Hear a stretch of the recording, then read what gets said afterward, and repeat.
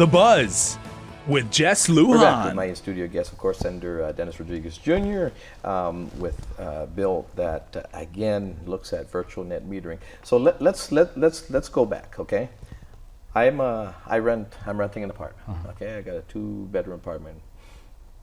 My buddy next door has got a studio. Okay, our place is not solarized. We don't have panels and all that. But I pay my power bill, okay? My power bill, my water bill comes in every month as well. I pay for that. It's not included in my rent, okay?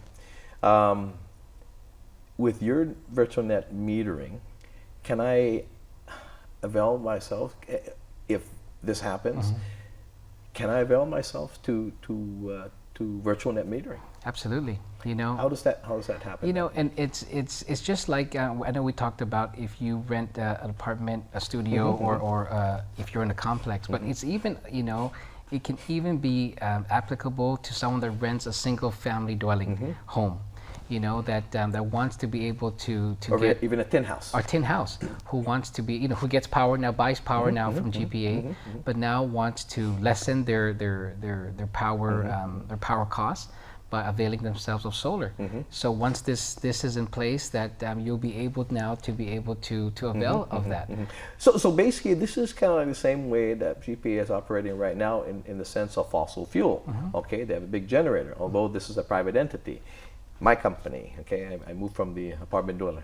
This is my company. I'm a solar energy person, okay, and so I've got X amount of acreage that I want to put solar panels and all that. And it's not necessarily for my building, but I've got acreage there that provides again 10 megawatts, whatever it may be, okay, providing that. And so your GPA will come in and assess this is how much it's going to provide. So and then I say, hey, Senator Rodriguez, your office is in Tamuning. You want to sign up for that? Okay, this is the X amount of power that he uses. Okay, you can connect to that. So basically, you people will sign up to the amount that's equivalent to what they're producing there, That's right. And you know, you're not going to sign up more than what this person or this one is producing, but to every company that has virtual net metering and that they're putting that much power into the grid, you can avail yourselves to power, right? Absolutely. Okay. So again, when you go back to my house, I don't have to solar panels. to put the solar panels. When I first came to get assessed, the solar people says, man, your house is not, I cannot put a solar panel, it's heavier than your roof. Okay, you can't do that. And you know, or apartment dweller, I'm sorry man, this is not your apartment.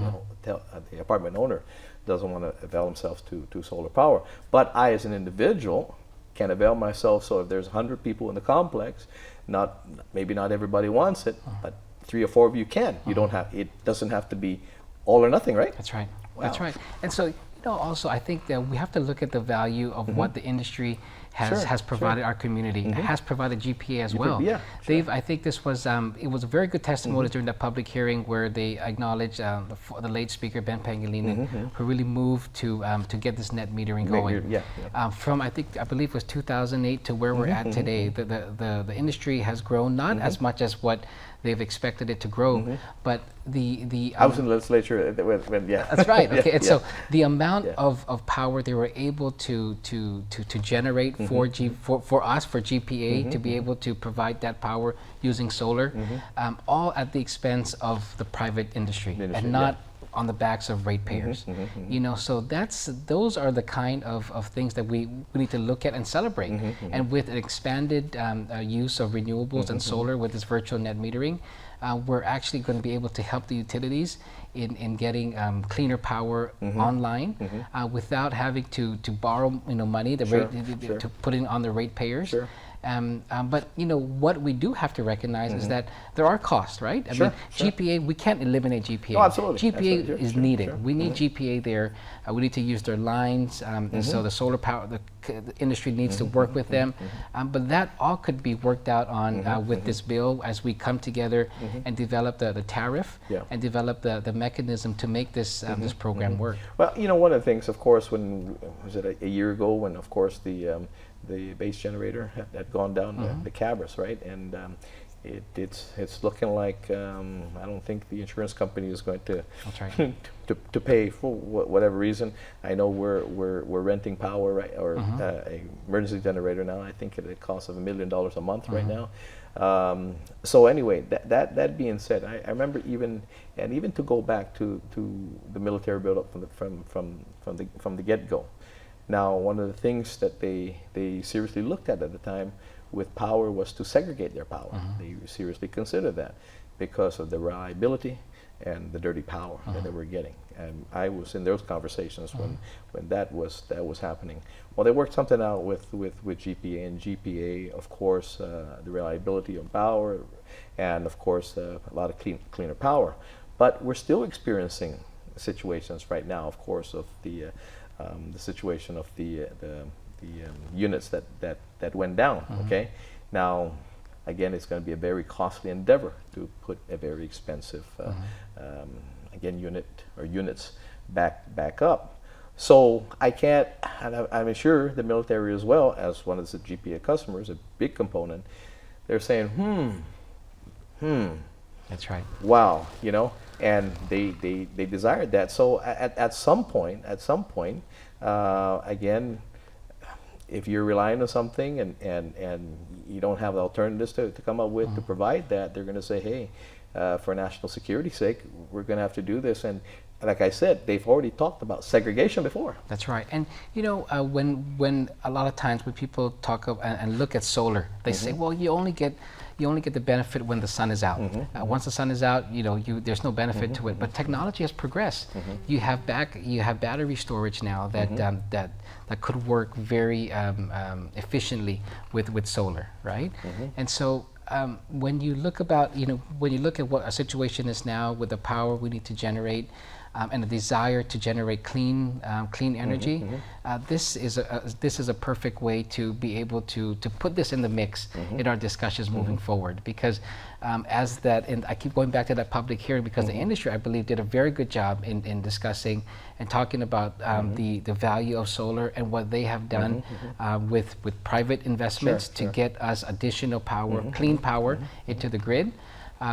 That's something we need to be able to expand. Yeah, absolutely. And I think all renewables should be on the table to look at this, because solar now. What else comes in the future? I mean, look at the phones we have now. Remember when we first started, they were about this big, you know, and even before then, yeah, that's right. You're like, we never dreamed maybe 10 years ago that we'd be looking at something like this. That's you right. know? Yeah. So times are changing, and all renewables, because again, that's where the world is getting to. That's really. right. Congress is moving that That's way. right. There are all these incentives for renewables.